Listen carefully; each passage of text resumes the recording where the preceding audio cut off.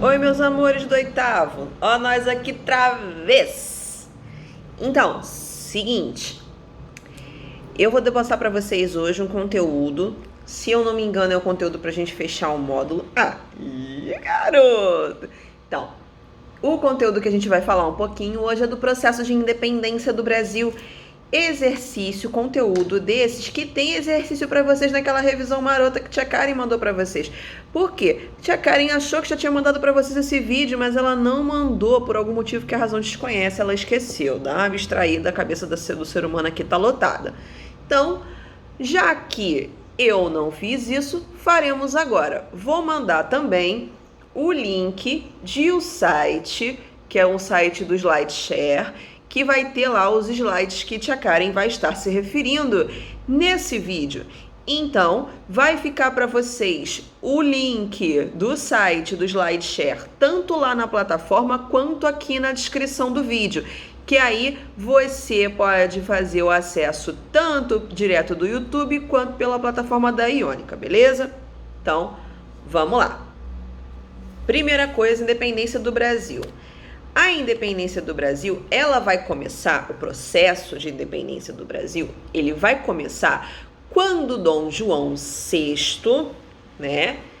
Ele, na época, ainda era príncipe regente do Brasil, ele não era imperador, não era rei de Portugal, rei de coisa nenhuma, ele era príncipe regente. Por que ele era príncipe regente? Porque a mãe dele era viva ainda. Né? A mãe dele ainda era viva, o pai já não mais, mas a mãe dele era ainda viva, então ela seria governante de Portugal ao invés de Dom João. Por que então que Dom João assume como príncipe regente? Porque Dona Maria I sofria de problemas mentais. Dona Maria I era esquizofrênica paranoica, então ela era mentalmente incapaz de governar. E aí, como ela era mentalmente incapaz de governar e a gente não matava as pessoas por causa disso, né? Dom João assume como príncipe regente, certo? Até aí, tranquilo. Papo vai, papo vem, tá tudo muito bem, tá tudo muito bom.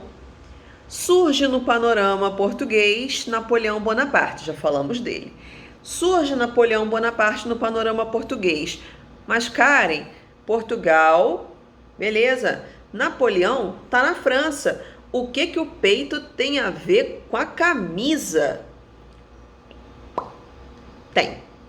O que acontece? A gente falou lá de Napoleão Bonaparte no período napoleônico, que Napoleão tava com aquela mania na cabeça lá, né? Aquele complexo de pink cérebro de que ele queria dominar o mundo, começando pela Inglaterra. E aí, o cara cismou que queria falir a Inglaterra.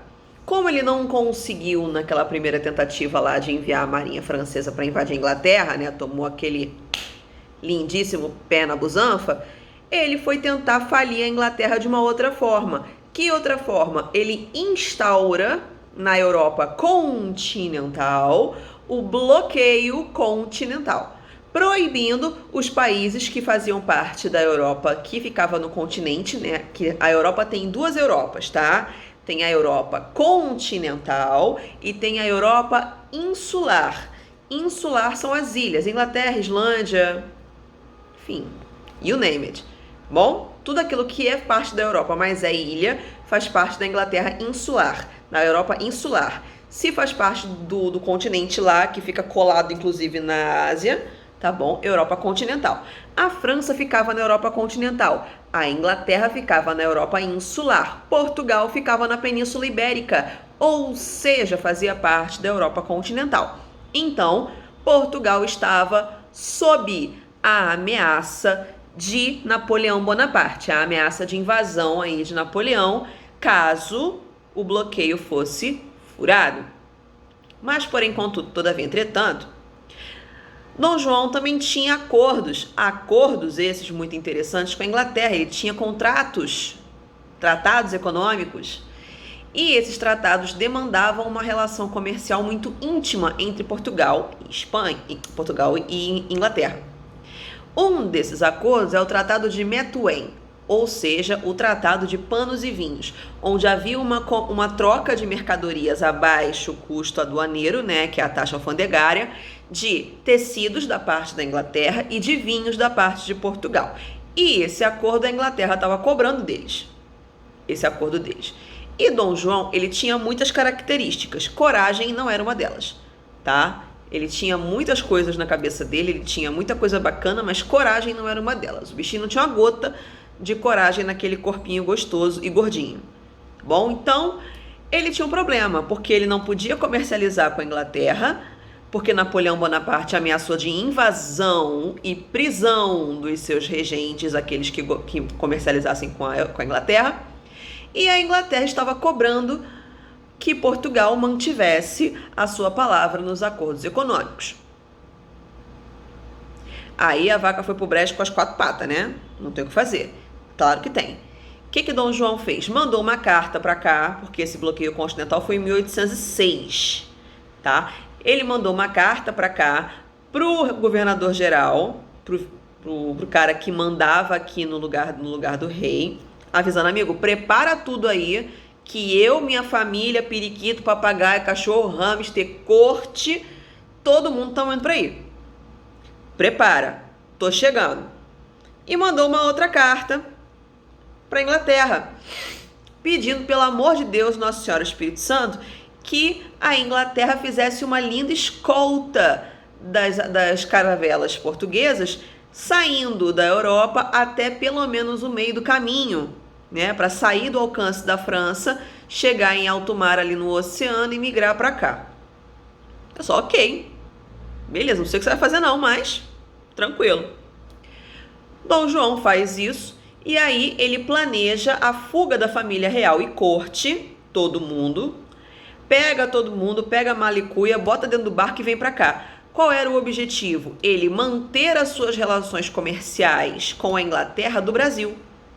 Ele sai de Portugal, foge de Napoleão Bonaparte, vem para o Brasil e continua, né, fazendo o acordo econômico com a Inglaterra do Brasil. Por que do Brasil? Porque o Brasil era a maior colônia que ele tinha.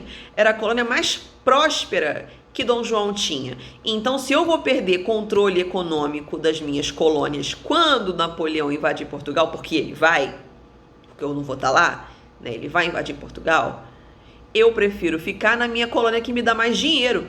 Porque aí no ruim, o prejuízo é menor.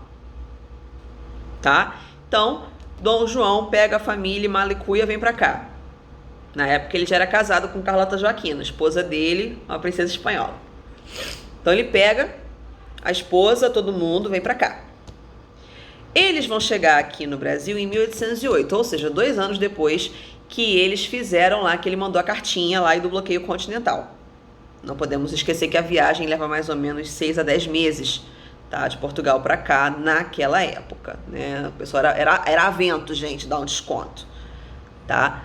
Então, eu vou ter aí essa chegada da família real portuguesa aqui no Brasil em 1808. Então, no espaço entre mais ou menos 1806, metade de 1806 até 1808, foi o tempo que o governador-geral teve para arrumar o Brasil para a chegada da família real. E aí, como é que ele faz isso? Não dá tempo de construir um palácio, não dá tempo de construir casa suficiente para essa galera. O que ele fez? Ele pegou as casas dos nobres, da galera que morava já aqui no Brasil e que tinham dinheiro, e deu a opção para essa galera. Das duas, uma, ou você hospeda uma família de nobres portugueses que está vindo para cá, ou até a própria família real, ou a sua casa vai ser confiscada pela coroa, você vai morar sabe Deus onde, e essa casa vai ser ocupada pelo novo morador que está vindo de Portugal. Tanto que as casas que foram selecionadas para poder receber a família real e a corte portuguesa aqui no Brasil, elas receberam uma gravação nas portas, que as iniciais, né? PR de príncipe regente. Mas, como o brasileiro ele já é fanfarrão de nascença e a galera não vale o que come, que dirá o que fala, né? Rapidamente, esse PR virou meme e deixou de ser príncipe regente para ser classificado como ponha-se na rua. Caso você não aceitasse as condições do governador-geral, era esse o seu destino. Você ia morar na rua. Enquanto uma pessoa que você nunca viu na vida, nem mais gordo nem mais magro, ia ser a pessoa que ia ficar com todas as suas propriedades, bens e aquisições. Pois é. Aí vamos lá, chegaram aqui em 1808, festa, uhul, beleza. Primeira coisa que Dom João VI vai fazer quando ele chega aqui no Brasil é romper com o Pacto Colonial. Por quê? O Pacto Colonial, ele tem vários nomes, né? Chama de Pacto Colonial, Exclusivo Colonial, enfim. O que tiver relativo à exclusividade de uma relação econômica entre colônia e metrópole é Pacto Colonial, tá?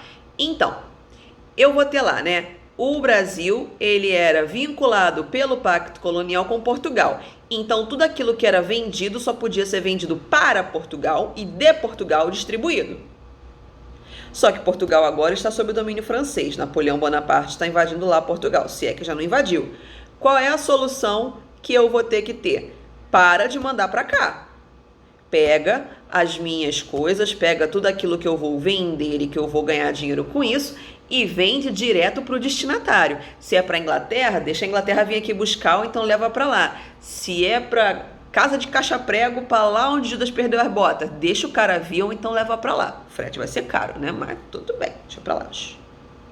Então, essa abertura dos portos às nações amigas, ela automaticamente cancela o pacto colonial. Os dois não conseguem coexistir.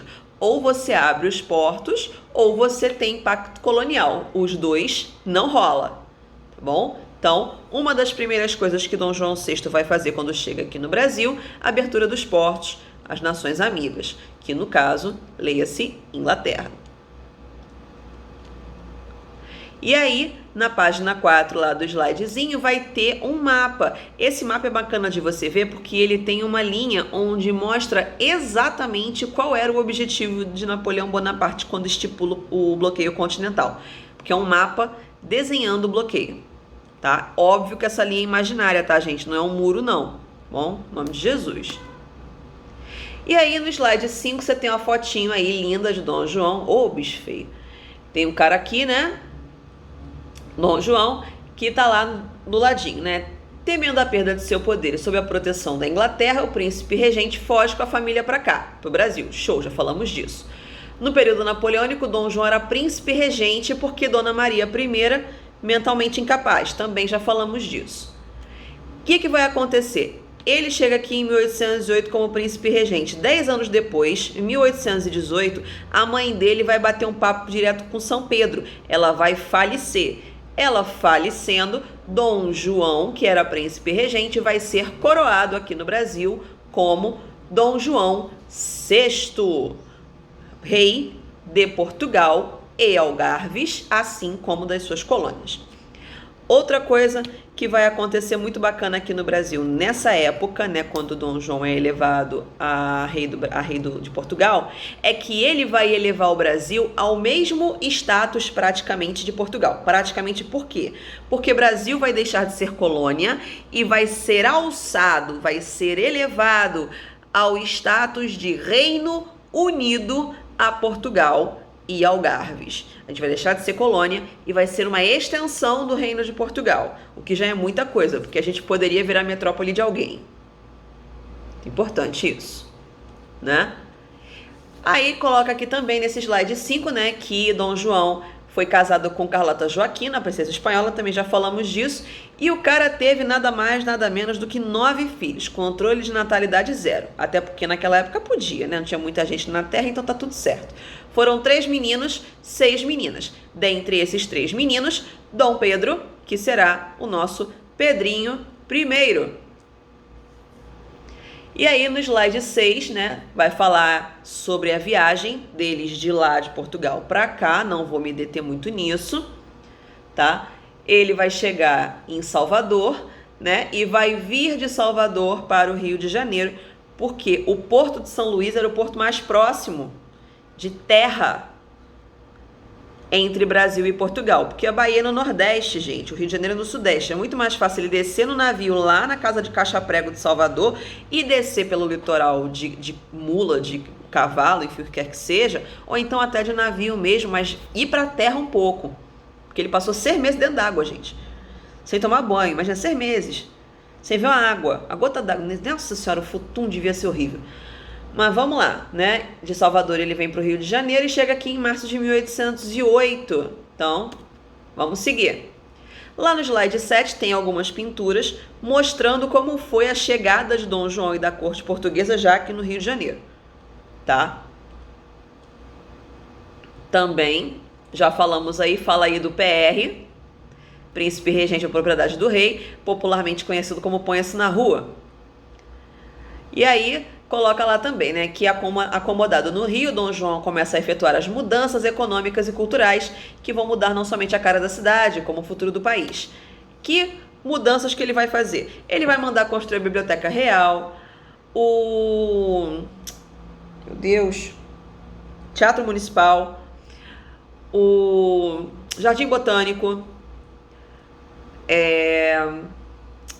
meu Deus, Academia de Belas Artes. Tudo isso vai ser mandado construir no governo de Dom João VI, porque as pessoas não estão podendo ir para a Europa. O circo está pegando fogo lá, Napoleão está tocando rebu na Europa. Então, se ele não pode ir para a Europa, ele traz todo o conhecimento que os nobres brasileiros iam para a Europa para poder adquirir, ele traz para o Brasil. Né? Então, vamos lá. Slide número 8, ele coloca lá, né, a abertura dos portos, né, rompimento com o Pacto Colonial, já falamos disso, e isso aí vai ser a sementinha do caos para o processo de independência do Brasil, já que a gente não está mais preso a Portugal. Quando você passa para o slide 9, tem um esqueminha, um organograma aí maroto para você estudar, que ele vai colocar aí, né, a metrópole, Pacto Colonial, colônia, manufaturados e equipamentos, metais preciosos, gêneros tropicais. Isso aí é como funciona, né, o Pacto Colonial. E aí, todo esse esqueminha aí para você entender de uma vez por todas, no nome de Jesus, como funciona o Pacto Colonial. Mudanças econômicas que Dom João fez a partir do momento que ele se tornou imperador do Brasil, né? Ele vai estimular atividades econômicas, em particular, né, o açúcar, logo depois o café, tá? E aí ele vai anular a lei que proíbe a instalação de indústrias no país, já que agora o Brasil é Reino Unido a Portugal e Algarves, e ele não está podendo voltar para Portugal, ele quer que a indústria venha para cá, né? Vai permitir a abertura de fábricas e usinas, a produção agrícola vai crescer, onde vai surgir o café. Falei para vocês ainda agora, né? Porque vai haver uma substituição muito em breve do caixa forte, né, do carro-chefe da economia brasileira. A gente vai sair da economia açucareira e vai iniciar a economia cafeeira, né? Durante muito tempo, o Brasil é um país, um reino agroexportador. E aí, a gente vai ter aí a questão da produção do café. Beleza, não podemos deixar de destacar a fundação do Banco do Brasil, que vai se tornar o símbolo da economia no país. O Banco do Brasil foi fundado por Dom João VI. Sim, esse Banco do Brasil que vocês conhecem hoje aí, tá bom? Ele foi fundado por Dom João VI, porque quando ele veio para cá, ele trouxe o ouro de Portugal para cá, tá? Esvaziou o cofre, ó, passou a mão em tudo e veio para cá. A cultura do país passou por grandes modificações, né? Muitos cursos foram criados, fundação do Museu Nacional, Observatório, Biblioteca Real, Imprensa Régia e por aí vai. O Brasil foi elevado ao posto de Reino Unido a Portugal e Algarves, e Dom João trouxe para cá uma galera, né, que eram artistas europeus que vieram para cá com o objetivo de ensinar as pessoas que estudavam aqui. Um desses foi João Baptiste Debré, né? Foi um dos grandes pintores da missão francesa que veio para cá. E ele faz altos quadros sobre o cotidiano brasileiro.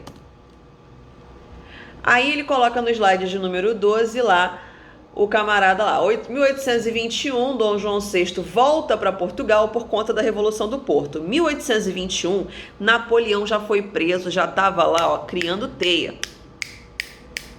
E Portugal estava sem o seu ocupante, sem o seu trono. E aí eles exigem, né, a população portuguesa exige que Dom João, família, periquito, papagaio retorne para Portugal e que os moldes coloniais voltem a ser o que era antes, ou seja, que o Brasil volte a ser colônia e que Portugal continue lucrando às nossas custas como sempre tinha sido.